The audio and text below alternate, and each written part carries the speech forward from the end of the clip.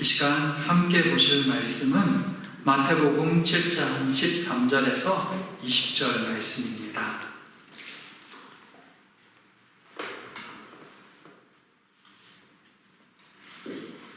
마태복음 7장 13절에서 20절 말씀입니다.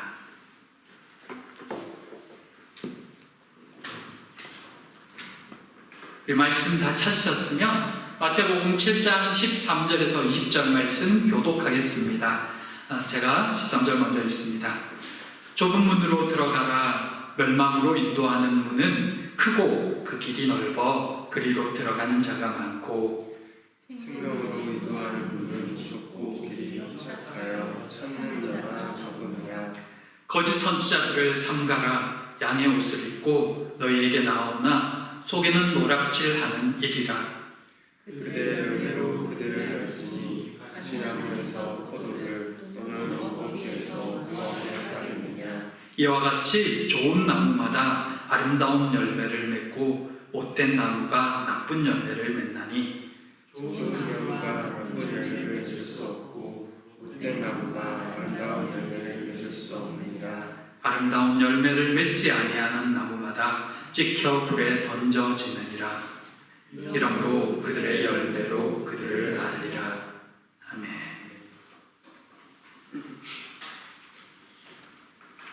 반갑습니다. 다들 잘 지내셨습니까? 어느새 6월 첫 주일입니다. 정말 시간이 금방금방 가는 것 같습니다. 한국은 아마 이번 주 중에 이제 대선이 끝나겠죠. 어떤 결과가 나올지 두고 봐야 되지만 이번 기회를 통해서 대한민국이 또 앞으로 나아가는 좋은 기회가 되기를 소망해 봅니다. 또한 우리 사랑하는 모든 평안의 가정 위에 오늘도 하나님이 주신 기쁨과 감사와 평안이 있기를 또한 축복합니다. 건강히 이 여름을 잘 보낼 수 있게 되기를 바라겠습니다. 오늘 말씀은 지난 시간에 이어서 산상수훈의 말씀 중 좁은 문, 좁은 길에 대한 말씀입니다. 익숙한 말씀이지만 정말 그러한가를 생각하게 되는 말씀이기도 합니다. 오늘 말씀을 통해서 좁은 문, 좁은 길이 어떤 의미인지, 어떻게 살아야 하는지 다시 한번 생각하며 말씀을 따르는 이 시간 되기를 바랍니다. 첫째, 좁은 문, 좁은 길. 오늘 말씀은 대조적인 비유를 통해서 구원과 멸망에 대해서 말씀합니다. 좁은 문, 큰 문, 좁은 길, 넓은 길. 이 대조로 인해서 또 그동안 우리가 또 들어봤게 되겠지만 좁은 문, 좁은 길 하면 보통 고난의 길, 가시밭길을 떠올리곤 합니다. 좁은 길을 간다는 것은 힘들고 어려운 길을 선택한다라는 의미로 받아들여지죠. 일리 있고 틀리지 않는 말 같은데 그럼에도 의문이 드는 게 있습니다. 그렇다면 구원받고도 넓은 길을 가면 멸망하는 걸까요? 생명으로 인도하는 문이라고 말씀하셨는데 그럼 그 좁은 문으로 들어가는 것은 우리의 노력으로 힘쓰면 되는 건가요? 본문에 두 문이 나옵니다. 생명으로 인도하는 문, 멸망으로 인도하는 문. 길이 먼저냐, 문이 먼저냐, 그건 정확치 않지만 이 본문의 흐름을 따라가자면 길을 따라가다 보면 문이 나온다. 이런 식으로 흐름이 되는 것 같습니다. 어찌됐건 이 생명으로 인도하는 문은 무엇일까요? 생명은 예수 그리스도잖아요. 나는 길이요 진리요 생명이니 예수 그리스도께서 길이 되시고 생명 되시는 것입니다. 그렇다면 오늘 본문 말씀은 또 어떻게 이해해야 할까요? 길 따라서 문이 나오든 문을 지나서 길을 가든 이 좁은 문은 분명히 생명으로 인도하는 문입니다. 그렇다면 질문했듯 우리는 우리의 노력으로, 우리의 힘으로 예수 그리스도께로 갈 수 있을까요? 생명의 문으로 나아갈 수 있을까요? 이건 마치 그 유대인들이 율법의 의를 통해서 구원에 이르려는 모습을 연상시켜 줍니다. 율법의 의를 열심히 행하면 구원에 이른다. 천국에 도달한다. 그런 것들을 떠오른다는 겁니다. 그렇다면 만일 그것과 다른 거라면 좁은 문으로 들어가라라는 말씀은 어떤 의미일까요? 사실 이 비슷한 말씀이 누가복음 13장에도 한 번 더 나오거든요. 근데 누가복음 13장 24절에는 이 부분을 어떻게 표현하냐면 좁은 문으로 들어가기를 힘써라 이렇게 표현해요. 뒤에 힘써라고 듣더라고요. 좁은 문으로 들어가기를 힘써라라고 말하는 누가복음 13장 24절의 이 힘써라라는 이 단어는 실제로 경주하는 운동선수가 입상하기 위해서 혼신의 힘을 다 쏟는 것 같이 온 힘을 다해 힘쓰고 애쓰는 것을 의미합니다. 실제로 애써라라는 단어가 정말 좁은 문으로 들어가기 위해서 온 힘을 쏟아야 된다는 것입니다. 하지만 이 말씀은 마태복음과 약간 결이 달라요. 이 말씀의 뒤에 보면 어떤 말씀이 나오냐면 문이 닫히기 전에 그 좁은 문으로 들어가야 된다는 뜻입니다. 문이 닫히기 전에. 그래서 거기 13장, 그러니까 누가복음에 나오는 그 문은 그 방의 문, 방문을 뜻하는 뒤라라는 단어를 쓰고 있습니다. 누가복음 13장에서. 그리고 그곳에는 길이라는 표현이 나오지 않아요. 다만 그 좁은 문으로 들어가기 힘쓰라라고 말해요. 하지만 오늘 본문에 나오는 이 좁은 문 할 때의 문은 헬라어 펠레라고 씁니다. 이 펠레가 뭐냐면 성의 문, 성문을 의미해요. 방문이랑 성문은 크기가 확실히 다르죠. 근데 지금 오늘 본문은 성의 문을 말한다는 겁니다. 그러니까 우리가 생각하듯이 좁은 문이라고 생각하는 이 작은 문 이런 개념과는 다르다는 것입니다. 굉장히 큰 문이에요. 굉장히 큰 문인데 좁은 문이라고 쓰고 있어요. 그래서 이 좁다라는 의미는 작은이라는 의미보다는 들어가기 어렵다. 문은 크지만 들어가기가 어렵다. 또는 보기에 크긴 크지만 보잘것없다라는 의미가 포함되어 있는 거예요. 단어 자체가 달라요. 그래서 그 가는 길도 협착한 길이라고 표현해요. 길이 협착하다고 그러거든요. 어렵다라는 뜻이죠. 그러니까 그 문에 이르기까지 가는 길 또한 여러 장애물과 어려움이 있다라는 의미입니다. 오늘 본문의 뜻이 그렇다는 것입니다. 마치 그 철로 역정에 나오는 그 요정처럼 여러 어려움과 장애물을 넘어야 그 문에 도달할 수 있다라는 의미인 거죠. 본문은 그 좁은 문이라고 말하는 그 문도 결코 작지 않다고 말합니다. 다만 그 문이 그렇게 매력적으로 보이지 않으며 또 그 문으로 가는 길 역시 넓은 문과 다르게 평탄하지 않다는 뜻입니다. 어렵고 크긴 하지만 볼품없어 보이고 가는 길에 여러 장애물이 있는 그 문을 향해 그렇다면 누가 나아갈까요? 형편없어 보이는 그 문으로 왜 가야 할까요? 예수님은 왜 가라고 말씀하실까요?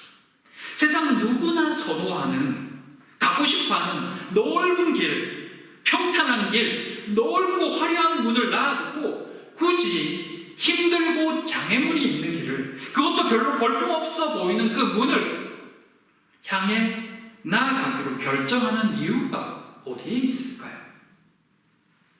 성경은 생명과 멸망이 결정되기 때문이다라고 말하고 있습니다.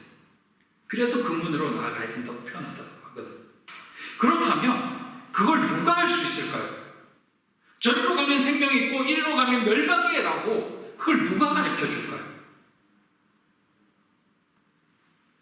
사실 그 길은, 그 문으로 향하는 길은 내가 선택해서 가는 길이 아닙니다.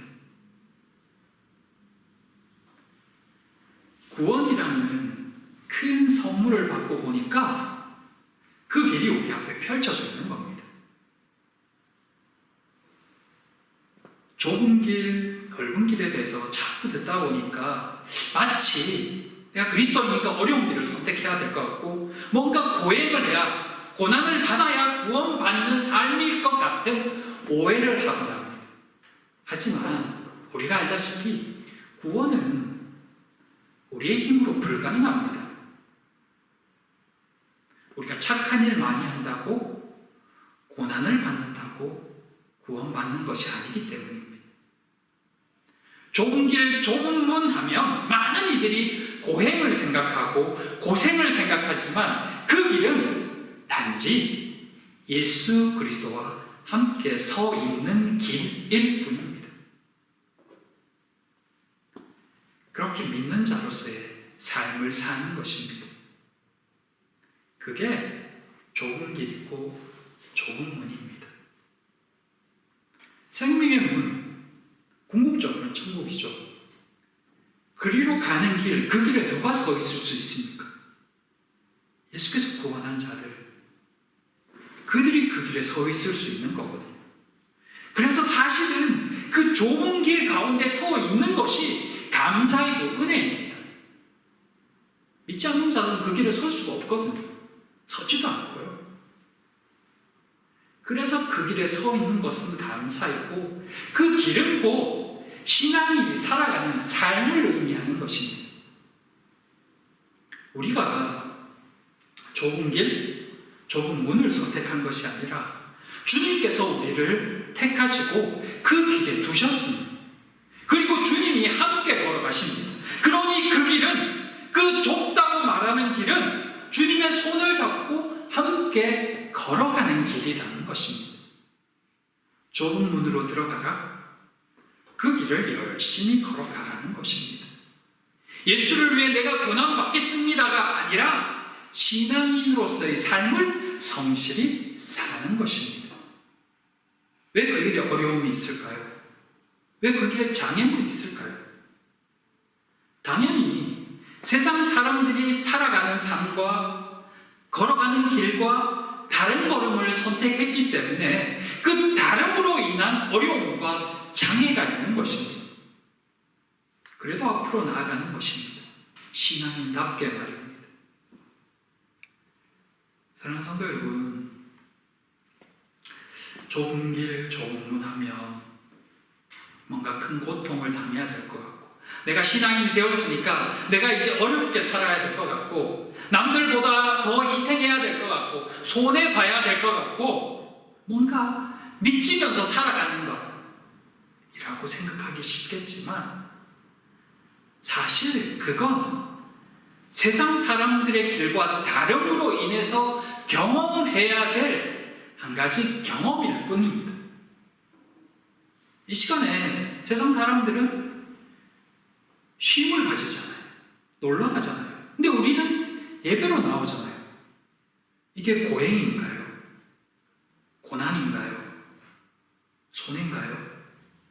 우리에게는 당연한 거잖아요. 예수를 믿으니까요. 하나님을 예배하니까요. 그래서 예배로 나온 것 뿐이거든요. 이 가운데 주의 말씀을 들으며 평안을 얻고 위로를 얻고 안식을 가지는 거잖아요. 이게 좁은 길의 한 모습이라는 것입니다. 늘 손해봐야 되는 믿지는 장사, 그게 아니라는 거죠. 그렇게 하루하루 살다 보면 어느새 세상 사람들이 보기에는 별 볼품 없어 보이는 그 문까지 달하는 것입니다. 생명으로 인도하는 그 문까지 말입니다. 그렇게 우리의 삶을 살아가는 것입니다. 그게 사실은 팔복의 삶이고 제자의 삶입니다. 그 길을 잘 걸어가기 위해 주님의 손을 붙잡고 성령의 인도하심을 공급받는 겁니다.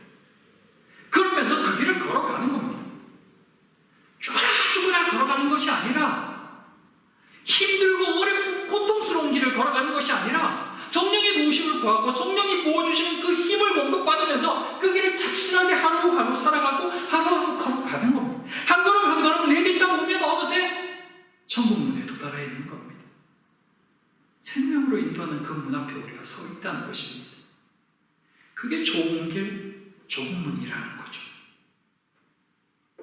그러니까 두려워하지 않아도 되는 겁니다. 내가 예수 믿는데 내가 이렇게 살아도 되나? 내가 뭔가 좀 더 큰 희생을 해야 되지 않을까? 내가 뭔가 큰 일을 해야 되지 않을까?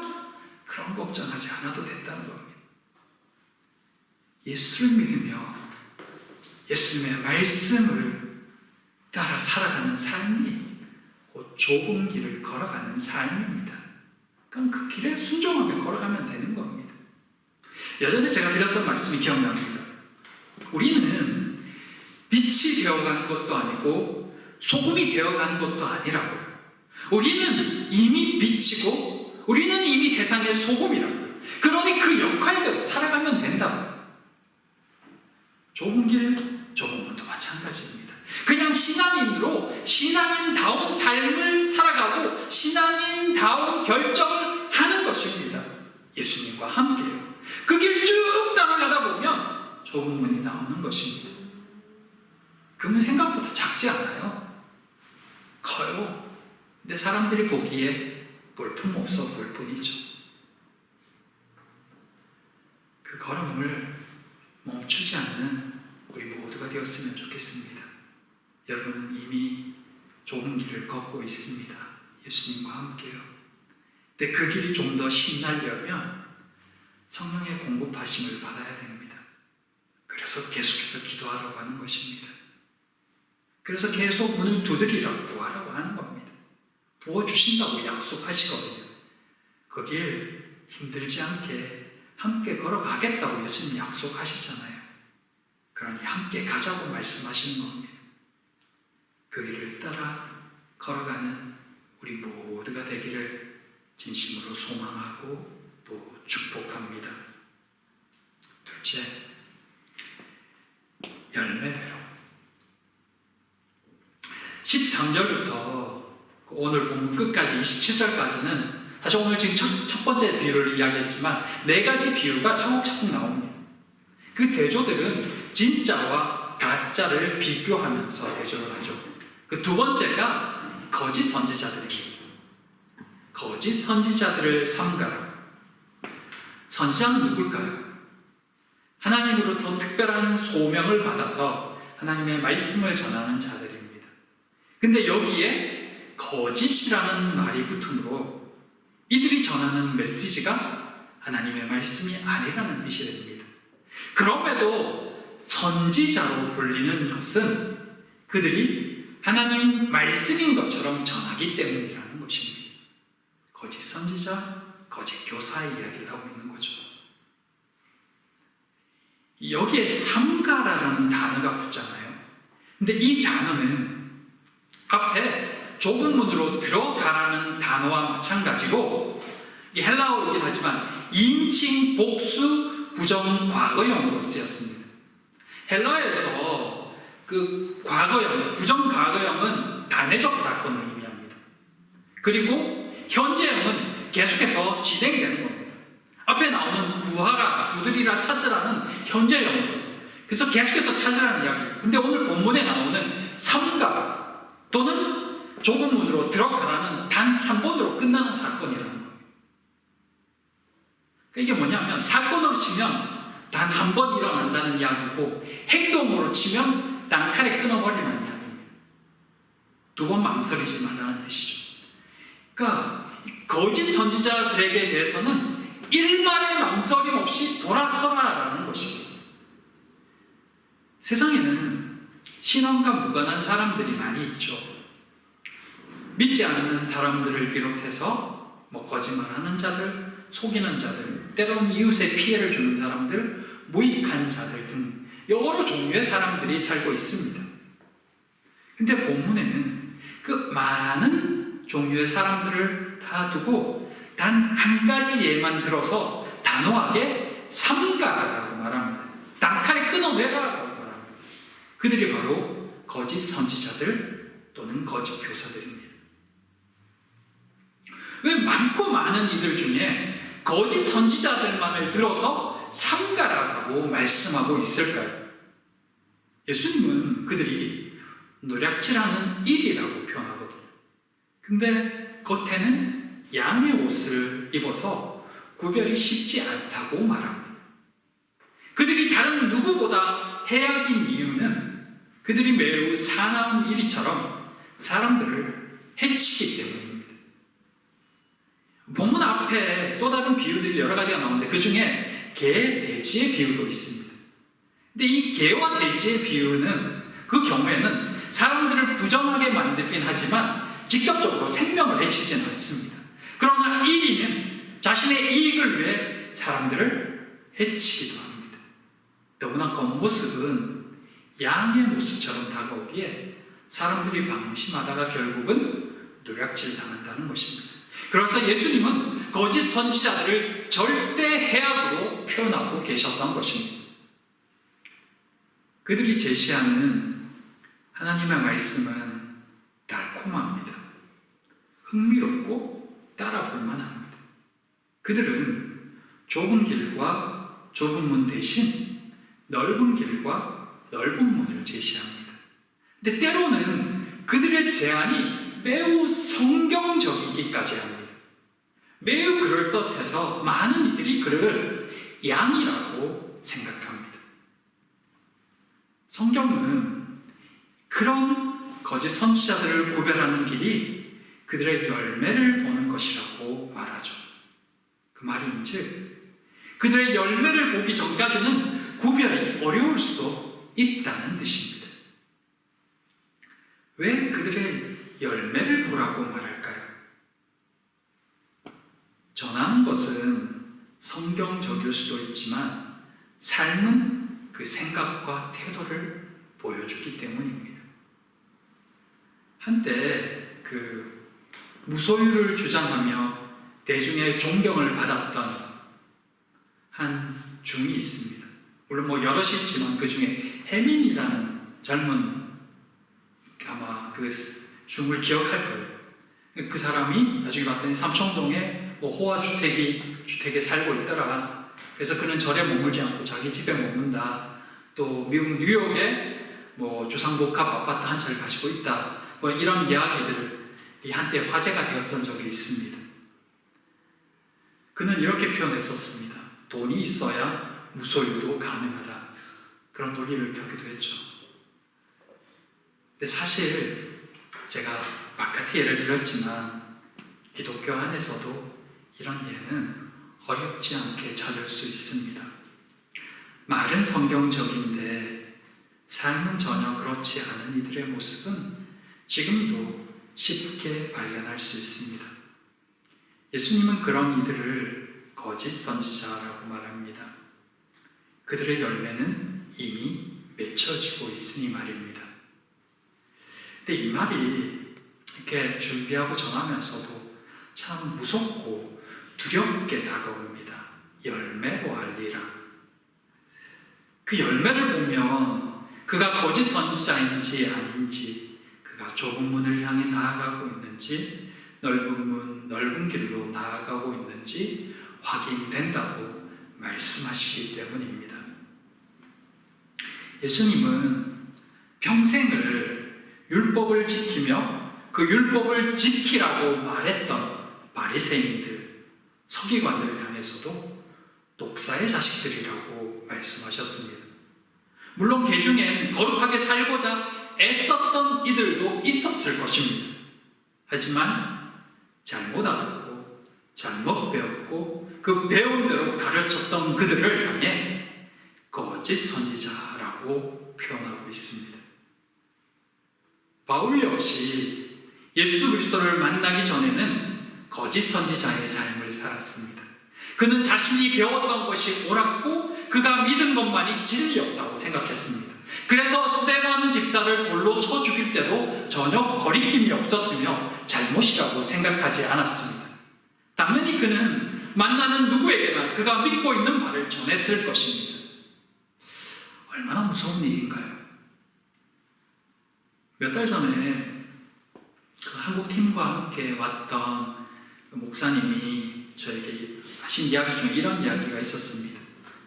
그때가 2월이었는데 그때 그 대구에는 토요일 그 바쁜 와중에도 서울까지 올라와서 이 전시 집회를 참여하고 내려오는 친구 목사들이 여럿 있다는 그 이야기를 하시면 안타까워하시는 이야기를 하시더라고요. 그들은 그것이 나라를 위하고 하나님을 위한 일이라고 첫석까지 믿고 있다고 하더라고요. 그들에게서 말씀을 듣는 이들 중 많은 이들은 아마 그 사람이 전하는 대로 믿고 있었을 것입니다. 그들에게는 사람들의 손가락질이 핍박으로 여겨졌겠죠. 자신들이 좁은 길을 가고 있다고 생각했을 것입니다. 사랑하는 성도 여러분, 누구의 잘잘못을 따지자는 게 아닙니다. 당신이 믿는 게 틀렸고 내가 믿는 게 맞다고 그 이야기를 하고 싶은 것도 아닙니다. 그만큼 우리는 우리의 생각과 스스로의 믿음에 빠져 살아갈 수 있다는 것입니다. 목회자도 얼마든지 스스로의 착각에 빠져 말씀을 전할 수도 있다는 것입니다. 때로는 누가 양인지 일인지 분별이 안 될 때도 있다는 것입니다.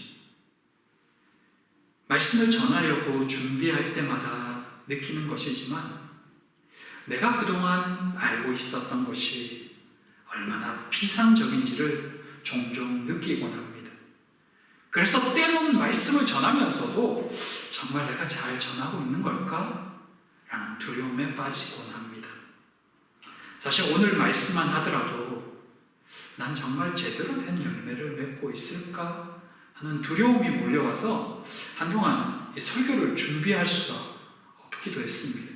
그래서 한참 밖에 앉았다가 한참 생각하다가 다시 준비를 했었습니다.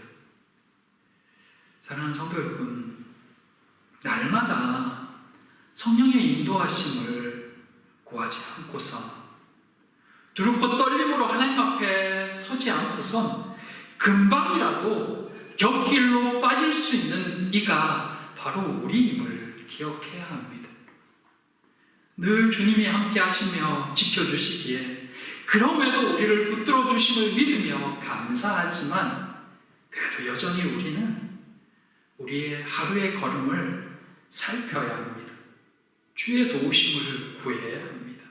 그래야 주님이 함께 하시는 그 걸음을 좀 더 잘 걸어갈 수 있습니다. 주를 떠나서 넓은 길로 가는 오류를 범하지 않을 수도 있습니다. 사랑하는 성도 여러분, 성령의 도우심을 구하는 모두가 되시기를 바랍니다. 거짓 선지자를 삼가라는 이 말씀은 단순히 그 시대의 거짓 선지자들만을 말하는 게 아닙니다. 물론 처음부터 작정하고 거짓 선지자가 된 자들도 있지만 실제로 자기가 거짓 선지자인지 모르고 그 삶을 살아가는 자들도 그 시대에 있었다는 것입니다. 바울의 예를 들어서도 이야기했지만 말씀을 평생 배웠던 바울조차도 예수를 만나기 전에는 그 삶을 살았다는 것을 우리가 기억할 때 우리 역시도 예배당에 앉아있지만 말씀을 읽지만 그 말씀을 다 이해하지 못함으로 인해 혹 한 걸음이라도 비껴날 수도 있는 그런 존재라는 것을 기억하고 두려워해야 된다는 것입니다. 그래서 기도해야 되고 그래서 날마다 성령의 도우심을 구해야 되는 것입니다. 같이 좁은 길을, 좁은 문을 향해 잘 걸어갈 수 있기를 소망합니다. 스스로 돌아보고 함께 돌아보며 같이 걸어갑시다. 주님이 함께 걷자고 말씀하시거든요. 너의 손을 내가 잡고 걸어가고 싶다고 말씀하고 계시고 오늘도 걷고 계십니다. 그 걸음을 정말 잘 걸어갈 수 있는 우리가 되기를 잘 분별하며 그렇게 함께 가는 우리 모두가 되기를 진심으로 소망하고 또 기도합니다. 우리 시간 같이 잠깐 기도했으면 좋겠습니다.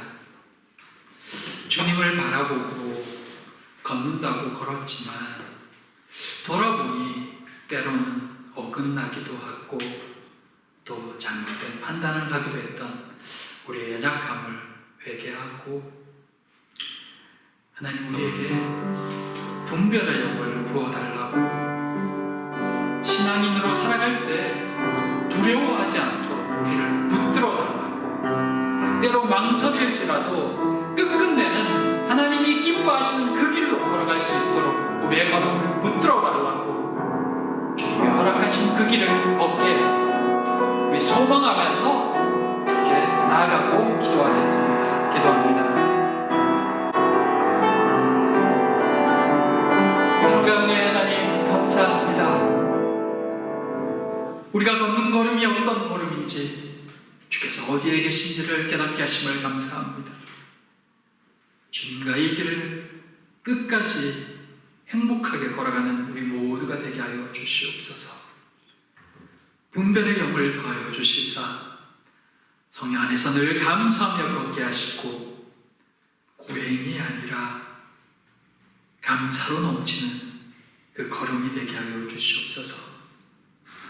사랑하는 가정마다 주의 영으로 가득해지게 하시고 성령으로 충만케 하여 주시옵소서. 사랑하는 자녀들이 부모의 걸음을 쫓아 걸을 수 있게 하시고 그 걸음이 복된 걸음이 되게 하여 주시옵소서. 주의 이름으로 이들을 축복합니다. 성령 안에 행복한 인생 다 될 수 있도록 붙들어 주시옵소서.